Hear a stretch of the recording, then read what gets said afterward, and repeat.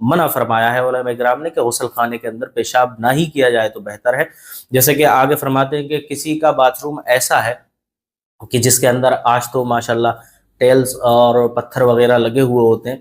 ہوئے ہیں، پکا فرش ہے ان کا، تو اس کے اوپر انہوں نے پیشاب تو کر لیا، پیشاب کرنے کے فوراً بعد انہیں وہاں پر پانی بہا دینا چاہیے، اور اتنا پانی بہانا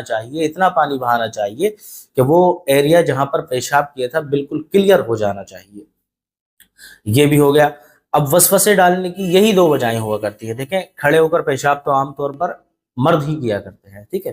لیکن باتھ روم کے اندر پیشاب کرنے والی جو حالتیں ہیں وہ اکثر عورتوں کے اندر دیکھی جاتی ہیں کہ وہ باتھ روم کے اندر گئیں اور انہوں نے وہی پیشاب کیا اور نہانا اسٹارٹ کر دیا۔ تو اس طرح کی جو ہماری بہنیں یا پھر گھر کے بچے حرکتیں کیا کرتے ہیں کہ باتھ روم کے اندر جا کر پیشاب کر دیا اور انہوں نے اپنے اوپر نہانے کے لیے پانی ڈالنا شروع کر دیا یا غسل کر لیا، تو ان تمام لوگوں کے بارے میں بتایا جاتا ہے کہ ایسے ہی لوگ خاص طور پر وسوسوں کا شکار ہوا کرتے ہیں۔ وسوسے کی تعریف میں مختصر پہلے بھی بتا چکا ہوں، اور وسوسے اتنے زیادہ خطرناک ہو سکتے ہیں کسی کے لیے کہ آپ اندازہ بھی نہیں کر سکتے۔ گھروں میں آپس میں نا اتفاقی پڑوانے کے لیے صرف ایک وسوسہ کافی ہے، انسان کو ایمان سے نکال کر کفر کے اندھیروں میں ڈھکیلنے کے لیے صرف ایک معمولی سا وسوسہ کافی ہے۔ وسوسے کا نام چھوٹا ہے لیکن اس کے کام بہت ہی بڑے بڑے ہیں۔ تو یہ تو کچھ ایسی باتیں تھیں جو آپ عام طور پر زندگی کے اندر کرتے چلے آ رہے ہیں، آپ اور ہم سارے لوگ اس کو کر رہے ہیں۔ کہیں بھی ہم پیشاب کے قطروں سے نہیں بچتے، کہیں ہم استنجا کرنے میں کوتاہی کر دیا کرتے ہیں، کہیں ہم باتھ روم کے اندر پیشاب کے چھینٹے اڑا کر وسوسوں کا شکار ہو رہے ہیں۔ اسی طرح جب ہم ٹوائلٹ کے اندر جایا کرتے ہیں تو ٹوائلٹ کے اندر جانے کا بھی ایک طریقہ ہوا کرتا ہے، جس سے آج کل بہت ہی لوگ بالکل بیزار ہو چکے ہیں، کوئی بھی ان طریقوں پر عمل نہیں کر رہا، اور بس ہر کسی کی یہی شکایت رہا کرتی ہے کہ ہمارے گھر کے اندر چین و سکون کا ماحول کیوں نہیں ہے۔ دیکھیں، جب آپ نے اپنی زندگی کو سنت کے مطابق، صحابہ اکرام کے مطابق، اولیاء اکرام کے مطابق گزارنا بند کر دیا ہے، تبھی آپ کی زندگی کے اندر ٹینشنوں کا آنا شروع ہوا ہے۔ اس سے پہلے ہمارے جو اسلاف گزرے ہیں وہ ایسے گزرے ہیں کہ ایک وقت کھانا کھا لیا تو دوسرے ٹائم کی ان کو پرواہ نہیں ہوا کرتی تھی کہ ملے گا یا نہیں ملے گا، صرف انہیں اللہ کے اوپر بھروسہ ہوا کرتا تھا، توکل صرف اللہ کے اوپر ہوا کرتا تھا۔ آج ظاہری طور پر تو ہم زبان سے کہہ دیا کرتے ہیں کہ اللہ بہت بڑا بادشاہ ہے، بھائی ہم تو اللہ سے امید لگائے ہوئے ہیں، لیکن دل کے اندر خیال یہ ہوا کرتا ہے یار کیا ہوگا۔ تو یہ جو ہمارے خیال ہے نا، یہ ہماری زبان کا کچھ کہنا اور ہمارے دل کا کچھ اور کہنا، اسی کو وسوسہ کہا جاتا ہے۔ اس طرح کے وسوسے جب تک ہماری زندگی سے دور نہیں ہوں گے، ہم اپنی زندگی کو خوشحالی کے ساتھ نہیں گزار سکتے۔ اب ایک اور طریقہ میں بتاتا چلوں آپ کو کہ ٹوائلٹ میں جانے سے پہلے آپ کو میں یہاں دعا لگا کر کے دکھائی دیتا ہوں کہ ٹوائلٹ میں جانے سے پہلے آپ اس دعا کو ضرور پڑھ لیا کریں۔ آپ کو یہ دعا پڑھنی ہے: بسم اللہ اعوذ باللہ من الرجس النجس الخبیث المخبث الشیطان الرجیم، یعنی اللہ عز و جل کے نام سے شروع کرتا ہوں اور مردود پلید خبیث شیطان سے اللہ عز و جل کی پناہ چاہتا ہوں۔ ٹھیک ہے، تو آپ اس دعا کو بھی ضرور پڑھ لیا کریں۔ اس دعا کو پڑھ لینے سے کیا ہوتا ہے کہ جو آپ ٹوائلٹ کے اندر پہنچتے ہیں، ظاہر بات ہے کہ وہاں پر جائیں گے تو ناپاکی کی حالت میں وہاں پر پہنچیں گے، کہ جب آپ پیشاب کر لیں گے استنجا کرنے سے پہلے تو آپ ناپاکی ہیں۔ اس کنڈیشن کے اندر بھی شیطان آپ کے اوپر حملہ نہ کر پائے، اس کے لیے بھی دعائیں تجویز کی گئی ہیں پہلے سے ہی۔ ہمارے اسلاف ہمیں دعائیں بتا کر کے گئے ہیں، حضور اکرم نور مجسم صلی اللہ تعالی علیہ وسلم نے بھی ٹوائلٹ کے اندر جانے کی دعا، ٹوائلٹ سے باہر آنے کی دعا، یہ تمام طرح کی دعائیں بتا رکھی ہیں۔ کس وجہ سے؟ کہ شیطان کسی بھی صورت میں مسلمان کے اوپر حملہ نہ کر پائے، اپنے وسوسے پیدا نہ کر پائے۔ لیکن آج ہم ان سنتوں کو چھوڑ کر دنیا داروں کی طرح زندگی گزار رہے ہیں، تو ہم وسوسوں کا بھی شکار ہیں، ہم مصیبت پریشانیوں کا بھی شکار ہیں۔ اب جب آپ وہاں پر باتھ روم یا ٹوائلٹ کے اندر جب پیشاب آپ کر لیں، آپ استنجا کر لیں، تو اب ایک اور ٹینشن یہاں پر شروع ہو جایا کرتی ہے۔ بہت سارے لوگوں کو یہ دیکھا گیا ہے کہ پیشاب کر لیا، استنجا کر لیا، اس کے باوجود بھی کہہ رہے ہیں کہ بھائی ایسا تو نہیں ہے کہ ہمیں قطرے آ رہے ہیں، یار ایسا لگا تھا کہ ہم نے جب استنجا کر لیا تو ہماری میانی، جسے رومالی کہا جاتا ہے، وہ یار بھیگی رہ گئی، کہیں ایسا تو نہیں ہے کہ ہمارے پیشاب کے قطرے ہمارے استنجا کرنے کے بعد بھی نکل رہے ہیں۔ تو اسلاف فرماتے ہیں کہ اگر کسی کو کوئی اس طرح کی پریشانی ہے ہی نہیں پہلے سے کہ ہمیں قطرے آتے ہوں، یا اس نے اپنی آنکھوں سے نہ دیکھا ہو کہ مجھے پیشاب کے قطرے آتے ہیں، تو اس